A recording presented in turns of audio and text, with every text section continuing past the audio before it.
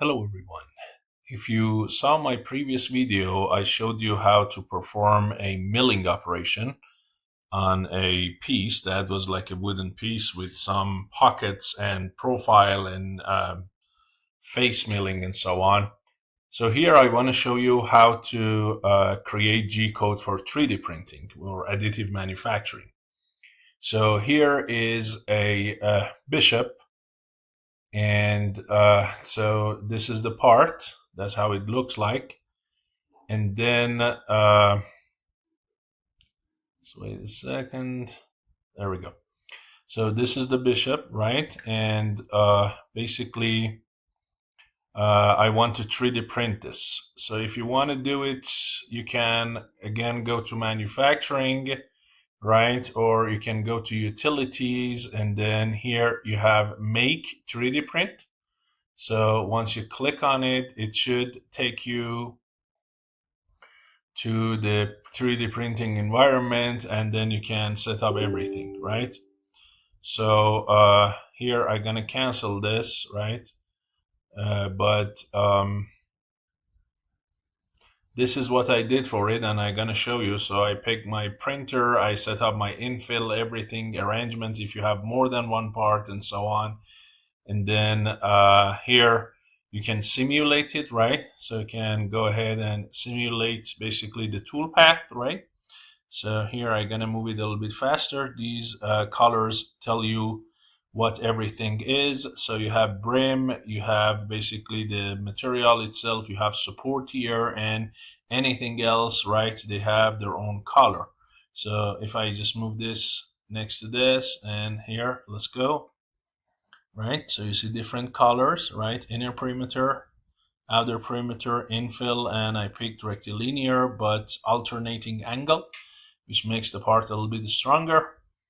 And you can see that it is generating the toolpath for the 3D printer. And so let me move it forward a little bit. There we go. You can see that the part is completely made. And then you can click on post process and it will generate the G code for you. This is the G code if you take a look. And basically this is what I want to do, right? So if you want to go through this whole process, how would you do it 0 to 100%? So here I'm gonna close this, right? I'm not gonna save it.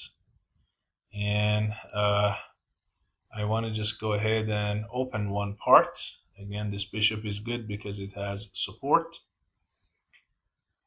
So seems like I did all of the setup and I saved it, but it's not a big problem. I should be able to delete the whole thing. There we go. And start from scratch. There we go. So here is the bishop. And as I said, you either go to manufacturing and go under additive, or as I said, you can go to basically here, look, you can go to utilities, and then you can go to 3D print, make. So here you pick that, and then you have to pick your printer. Here I added Prusa, but if you want, you can pick here additive, and then the technology, FFF, or some people call it FDM, fused filament. Either they call it fused deposition modeling, right? So FDM, fused deposition modeling, or FFF, fused filament fabrication. So you pick that and this one, and then go to your library, and these are all of the FDM or FFF printers. And again, I picked the original Prusa MK3S, right? So I picked this one, but if you have anything else, ideally it should be here. If not, you can copy them and modify it to your own printer, just like I did in my previous video for the CNC machine, right? So yeah, I forgot to add that.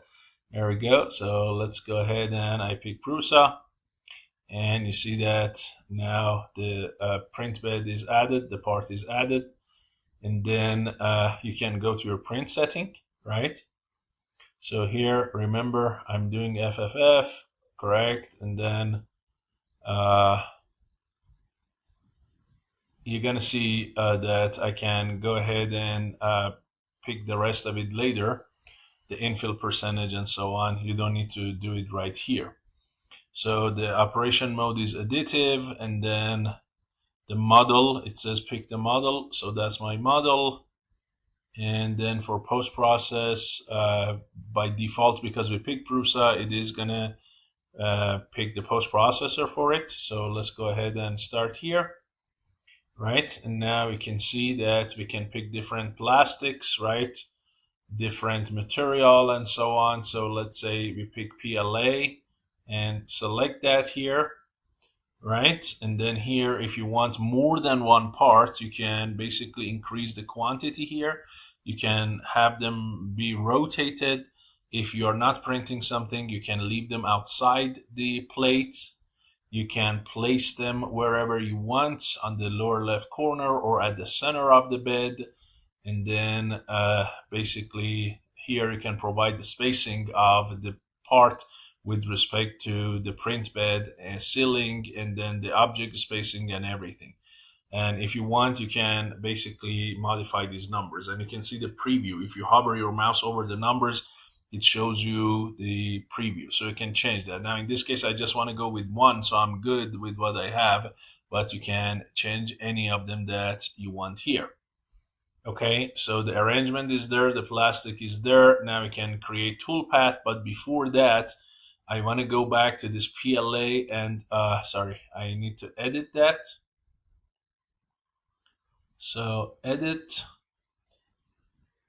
there we go. So look here. Now you go to, I want to print normal part. So you go to extrusion, you pick your nozzle diameter. Let's say I have a regular 0.4.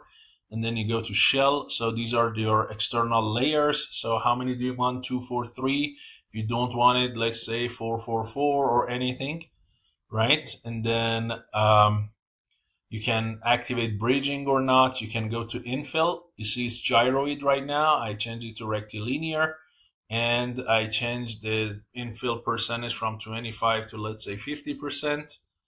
And then you can, for print bed adhesion, you can add a skirt, brim, or raft. Here it's brim with 3 layers, right? And then you can go to support. What is it that you want? Do you want bar, right? Or do you want volume? Or do you want basically the setter and base plate? So let's say we want volume, and then so here set the number of perimeters, right? So when it's volume, you don't need to add it. So I'll show you how to do that. Add the support here. The infill percentage is 15%. You have your angle, right? So it's 30, and then you have a bunch of extra basically setting. And then you have your print speed, your travel, and tessellation if you need it. So let's say I'm good about that part. And as I said, here you can see the support. So I'm gonna add a volume support here, right? So I can add it here. And again, let's see, supported model. There we go. So the model is supported, and I want volume support, and I OK that. So it is added underneath the support for you.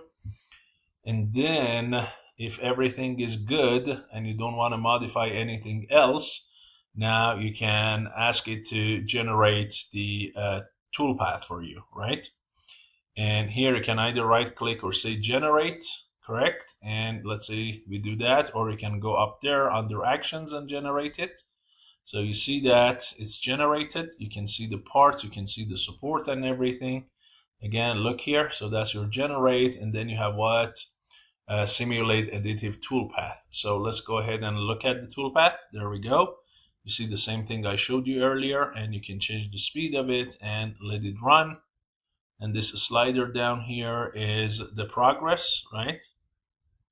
So you can stop it anywhere you want. And then you can move it anywhere you want. So this is your slider that you have in a printer slicer software. Okay, you can put it wherever you want. You can see if it is doing what it should be doing, which you see it does, right? You can see your rectilinear support. You can see the 4 shells, right? The outer one is in red, and then the 3 green one are around it. So you have a total of 4 shells. Everything is good. And now we can say post-process this for me. And you see the post-processor is from Prusa already. You can give your program a name and then let it post-process. And as I said, once you do, you are going to get your G code like this. And now that you have your G code, guess what? You can put it on a flash drive, take it to the printer, and you can print it. So even if you don't have the printer slicer for a specific printer, you do have the printer, you don't have the slicer for any reason, which most of the time that's very uncommon.